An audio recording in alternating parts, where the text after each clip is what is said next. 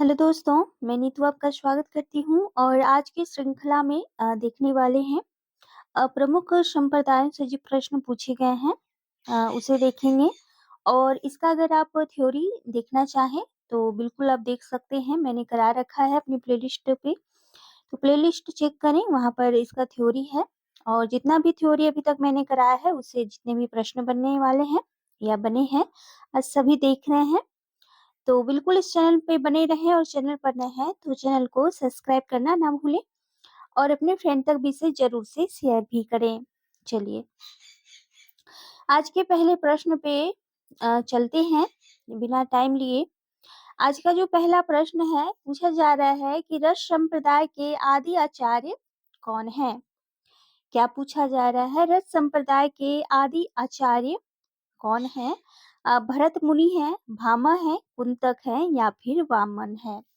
तो रस संप्रदाय के आदि आचार्य की अगर बात करें तो ये भरत मुनि है और इन्होंने अपनी जो ग्रंथ है नाट्य शास्त्र में रस संप्रदाय का विवेचन भी किया है। तो ये ए ऑप्शन यहाँ का राइट होगा यहाँ पे। चलिए अगले प्रश्न पे बढ़ते हैं। आचार्य कुंतक किस संप्रदाय के आचार्य हैं? तो यहाँ कुंतक की बात हो रही है। तो कुंतक की अगर बात की जाए तो ये वक्रोक्ति संप्रदाय के आचार्य हैं और यहाँ से आपके प्रश्न अनिवार्य रूप से पूछ लिया जाएगा। अगर आप 6 to 8, 9 to 10, 11 to 12 या फिर यूजीसी नेट किसी भी एग्जाम का तैयारी में लगे हैं तो ये वीडियो आपके लिए बहुत ही इम्पोर्टेंट है क्योंकि यहाँ से 1-2 प्रश्न आपके बनते ही बनते हैं। इसमें 100% है और ये 6 to 8 में और 9 to 10, 11 to 12 में कितनी ही बार ये प्रश्न यहाँ से पूछ लिया गया है। अगर प्रीवियस प्रश्न देखें आप बीपीएससी तैयारी का तो बीपीएससी तैयारी 4 के लिए ये वीडियो काफी महत्वपूर्ण है। आगे देखते हैं अगले प्रश्न को। यहाँ पर आगे जो प्रश्न है सुमेलित करना है आपको। यहाँ पर उत्पत्ति है, अनुमिति है, भुक्ति है और अभिव्यक्ति है। तो यहाँ पर आप थोड़ा समय ज़ूम इसको करना चाहूँगी ऑप्शंस पे क्योंकि ऑप्शंस दिख रहा होगा आप लोगों को। तो यहाँ पर जो है उत्पत्ति जो है, उत्पत्ति किसका होगा? तो उत्पत्ति जो होगा ये पूरा ऑप्शन दिखना चाहिए।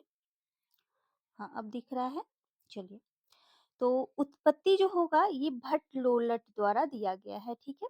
तो ए का थर्ड होना चाहिए, तो ए का थर्ड आप देख रहे हैं कि ए का थर्ड आपको एक ही ऑप्शंस में दिख रहा है यहाँ पर, ठीक है? अनुमिति, अनुमिति का किसका होना चाहिए? तो अनुमिति शंकुक द्वारा दिया गया है। भुक्ति जो है ये भट्टनायक का है, भट्टनायक और अभिव्यक्ति जो है ये अभिनव गुप्त द्वारा दिया गया है।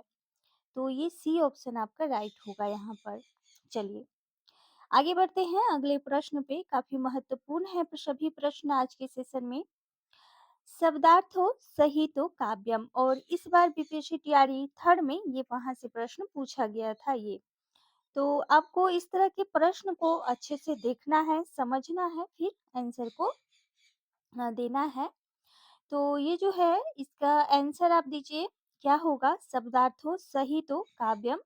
यह कथन आपसे पूछा गया है, मम्मट का है, भरत का है, दंडी का है या फिर भामा का है? तो ये जो कथन है ये भामा का होगा, डी ऑप्शन आपका राइट होगा। अगला प्रश्न है आचार्य आनंदवर्धन ने किस संप्रदाय का प्रवर्तन किया है? तो अगर आनंदवर्धन की बात की जाए तो सबसे पहले ये 9वीं शती के हैं, ध्यान रखना है और इन्होंने ध्वनि संप्रदाय की प्रवर्तन किया था, ध्वनि संप्रदाय का। तो ए ऑप्शन आपका राइट होगा। और यहाँ पे देख लें ये देखेंगे ध्वनि आनंदवर्धन ने, रीति वामन ने, औचित्य क्षेमेंद्र ने और वक्रोक्ति कुंतक ने दिया है। चलिए अगला प्रश्न देखें कि निम्नलिखित में कौन सा युग्म असंगत है? तो यहाँ पर देखें ये अभी मैंने बताया, रीति जो है वामन द्वारा है, वक्रोक्ति कुंतक का है, ध्वनि ये भरत का नहीं है, औचित्य क्षेमेंद्र का है। तो ध्वनि ध्वनि जो है ये भरत मुनि द्वारा नहीं है। भरत मुनि ने रस संप्रदाय का प्रवर्तन किया था और ध्वनि संप्रदाय का प्रवर्तन करने वाले आचार्य कौन थे? तो ये थे आनंदवर्धन। तो बी ऑप्शन आपका यहाँ पर राइट है क्योंकि असंगत पूछी गई है। आगे देख लें, अगला प्रश्न है स्वच्छंदतावाद का प्रवर्तन किसने किया था? स्वच्छंदतावाद का प्रवर्तक कौन है पूछा जा रहा है। ठीक है, प्रवर्तक पूछा जा रहा है आपसे। तो स्वच्छंदतावाद का जो प्रवर्तक होंगे वो कौन होंगे? तो ये श्रीधर पाठक जी होंगे। सी ऑप्शन आपका राइट है। अगला प्रश्न है छायावाद शब्द का सबसे पहले प्रयोग किसने किया था? तो छायावादवाद का सबसे पहले प्रयोग करने वाले कौन थे? तो ये मुकुरधर पांडे जी होंगे। सी ऑप्शन आपका राइट होगा। चलिए अगले प्रश्न पे बढ़ते हैं। अगला प्रश्न है आपका छायावाद को मधुचर्या किसने कहा है? मोस्ट इंपॉर्टेंट प्रश्न है। छायावाद को मधुचर्या किसने कहा है? डॉक्टर नामवर सिंह ने, आचार्य नंद दुलारी वाजपेयी ने, डॉक्टर नगेंद्र ने या फिर आचार्य रामचंद्र शुक्ल जी ने। तो 4 ऑप्शंस है। 1 ऑप्शंस आपको यहाँ पे करेक्ट देखना है कि वो कौन सा ऑप्शन है। तो यहाँ पर मधुचर्या किसने कहा है छायावाद को? तो ये कहने वाले हैं आचार्य कौन? रामचंद्र शुक्ल जी। डी ऑप्शन आपका राइट होगा यहाँ पे। चलिए अगला प्रश्न है छायावाद की शक्ति किसे कहा गया है?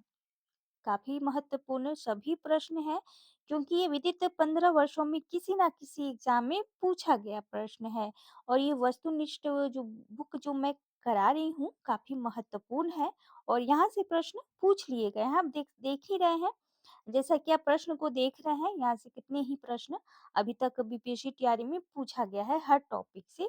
तो काफी महत्वपूर्ण हो जाता है इस दृष्टि से। तो ये जरूरी है आपको देखना। तो छायावाद की शक्ति किसे कहा जाता है? तो ये कहा जाता है महादेवी वर्मा जी को। ये ऑप्शन आपका राइट होगा। अगला प्रश्न है वक्रोक्ति काव्य जीवितम किसने कहा है? तो वक्रोक्ति काव्य जीवितम ये कुंतक की उक्ति है। अगला है छायावाद का सर्वाधिक उज्जवल पक्ष कौन सा है? ये हो जाएगा मानवतावाद। बी ऑप्शन आपका राइट होगा। ये सबसे उज्जवल पक्ष था छायावाद का। अगला प्रश्न है भारतीय आनंदवाद का साकार रूप किसे कहा गया है? भारतीय आनंदवाद का साकार रूप किसे कहा गया है? तो ये कहा गया है कमायनी को जो कि प्रसादकृत है 1935 की है। और रामचरितमानस ये आपके कौन है? तुलसीदास जी हैं। मुंशी प्रेमचंद्र जी का नाम आता है। तो तुलसीदास जी द्वारा है, साकेत मैथिली शरण गुप्त जी का है और हरिओद का है प्रिय प्रवास 1914 का है। और साकेत की अगर मैं प्रकाशन वर्ष बताऊं तो ये 1931 का है। चलिए अगले प्रश्न को देखते हैं यहाँ पे। अगला प्रश्न है निम्नलिखित में कौन प्रपद्यवाद से संबंधित कवि नहीं है? काफी महत्वपूर्ण और ये दिलचस्प प्रश्न है क्योंकि ये बहुत ही बार रिपीट किया गया है और हर एग्जाम में पूछा गया है, बीपीएससी तैयारी में भी पूछा गया है। तो ये किसी ना किसी एग्जाम में पूछा ही जाता है, इसे नहीं छोड़ा जाता इस प्रश्न को, तो आपको ध्यान रखना है। तो कौन इसमें शामिल नहीं थे? नलिन बिलोचन बिल्कुल थे, केसरी कुमार भी थे, नरेश कुमार भी थे, अज्ञे नहीं थे। अज्ञे प्रयोगवादी कवि हैं, प्रयोगवाद का इन्होंने प्रवर्तन किया है। तो डी ऑप्शन आपका यहाँ पर राइट होगा। जो संबंधित नहीं थे वो पूछा गया है।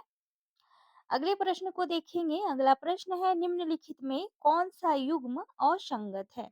प्रयोगवाद अज्ञे बिल्कुल सही है। कैप्सूलवाद ओंकारनाथ ये भी बिल्कुल सही है। मानसलवाद निराला, हलावाद बच्चन। तो हलावाद तो सही है लेकिन मानसलवाद जो है ये सही नहीं है। अब मानसलवाद किसका दिया है ये आप थोड़ा सा कमेंट में कीजिएगा कमेंट, क्योंकि काफी महत्वपूर्ण ये प्रश्न है।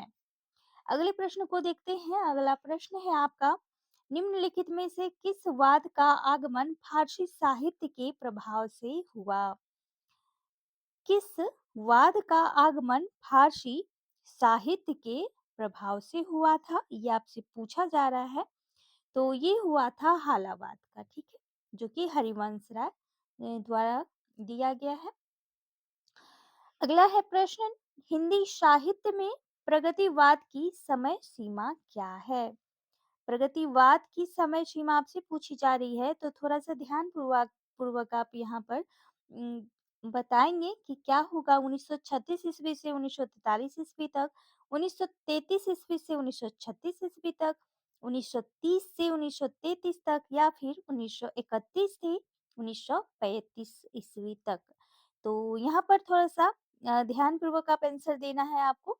तो ये होगा 1936 से 1943 ईस्वी तक प्रगतिवाद की समय सीमा मानी जाती है। अगले प्रश्न को देखते हैं, क्या है? ध्वन्यालोक के रचनाकार हैं। तो ध्वन्यालोक के रचनाकार आपसे पूछा जा रहा है कौन है?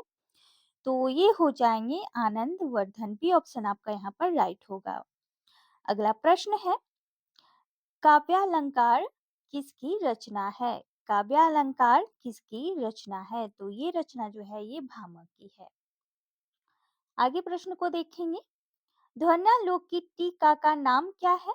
ध्वन्यालोक तो आनंद वर्धन द्वारा रचित है, लेकिन यहाँ पूछा जा रहा है कि ध्वन्यालोक की टीका का नाम क्या है? तो आपको इसका बताना है क्या है, तो ये लोचन, ठीक है, लोचन।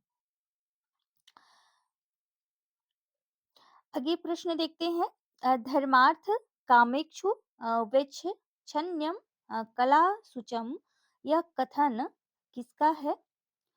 तो ये कथन जो है, ये किसका है बताना है आपको। तो ये भामा द्वारा दिया गया है। डी ऑप्शन आपका राइट होगा।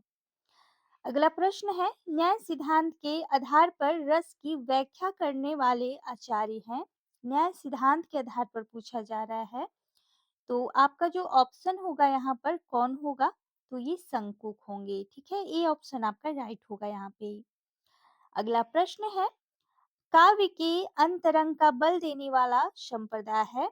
काव्य के अंतरंग पर बल देने वाला संप्रदाय है, कौन सा है?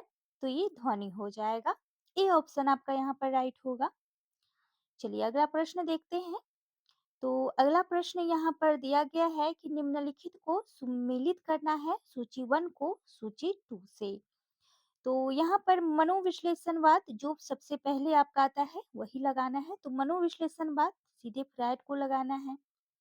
बिंबवाद जो है ये कहाँ जाएगा? ह्यूम।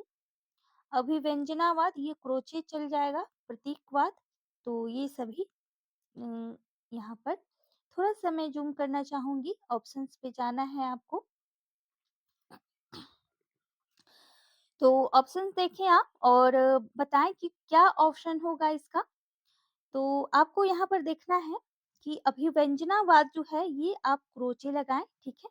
तो ए का 5 होगा और ए का 5 दो जगह है, बी और डी में, ठीक है, बी और डी में। उसके बाद आप देखेंगे बिंबवाद। बिंबवाद जो है ये टी ए ह्यूम, ठीक है, टी ए ह्यूम में जाएगा। बी का थर्ड हो जाएगा, तो बी का थर्ड आपको एक ही ऑप्शन में दिख रहा है। उसके बाद मनोविश्लेषणवाद फ्रायड होगा, तो सी का 1 होगा बिल्कुल। और प्रतीकवाद जो है जॉन मॉरियस, ठीक है, प्रतीकवाद जॉन मॉरियस। तो इस तरह बी ऑप्शन आपका राइट होगा यहाँ पे। चलिए अगला प्रश्न पे चलते हैं। पूछा जा रहा है, प्रयाण रस की चर्चा सर्वप्रथम किस आचार्य ने की है? यहाँ पे प्रयाण रस है, उसकी चर्चा सबसे पहले किसने की है वही आपसे प्रश्न पूछा गया है। तो ये करने वाले रुद्रट जी हैं, रुद्रट, आचार्य रुद्रट, ठीक है। तो चलिए दोस्तों आज के लिए मैं 25 प्रश्न ही रहने देती हूँ, क्योंकि आप लोग शेयर नहीं करते हैं ज़्यादा से ज़्यादा, और शेयर कीजिए तभी मैं कंटिन्यूअस ये वीडियो लाते रहूँगी आप लोगों के लिए। अच्छा लग रहा है तो कमेंट भी करें, मोटिवेशन भी होगा और मुझे भी अच्छा लगेगा। आप लोगों के कमेंट का वेट करती हूँ मैं। तो कमेंट भी करें और वीडियो कैसा लग रहा है ये भी आप बताएँ। तो चलिए बिल्कुल आगे मैं बनी रहूँगी कंटिन्यूअस आपके बीपीएससी तैयारी 4 के लिए।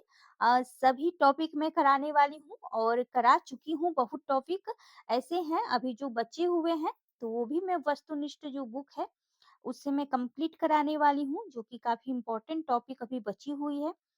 तो अभी तक कहानी, उपन्यास, निबंध और आलोचनात्मक जितने भी रचनाएँ हैं, काव्य शास्त्र या फिर प्रथम रचना, जितने भी टॉपिक हैं मैंने ऑलरेडी करा चुका है, प्लेलिस्ट है बनी हुई, आप देख सकते हैं उस पे जाके। और इसका जैसे ही कंप्लीट होता जा रहा है, मैं उससे जितने भी प्रश्न पूछे गए हैं, वो भी मैं करा रही हूँ। तो बिल्कुल कैसा लग रहा है आपको प्रश्नों का सीरीज़, ये आप बताएँ? और इसे मैं कंटिन्यूअस जारी रखना चाह रही हूँ, तो बिल्कुल रखूँगी। तो चलिए दोस्तों, आज के लिए बस इतना ही, फिर मिलती हूँ एक नए सीरीज़ के साथ, तब तक बने रहिए मेरे साथ। Thank you so much.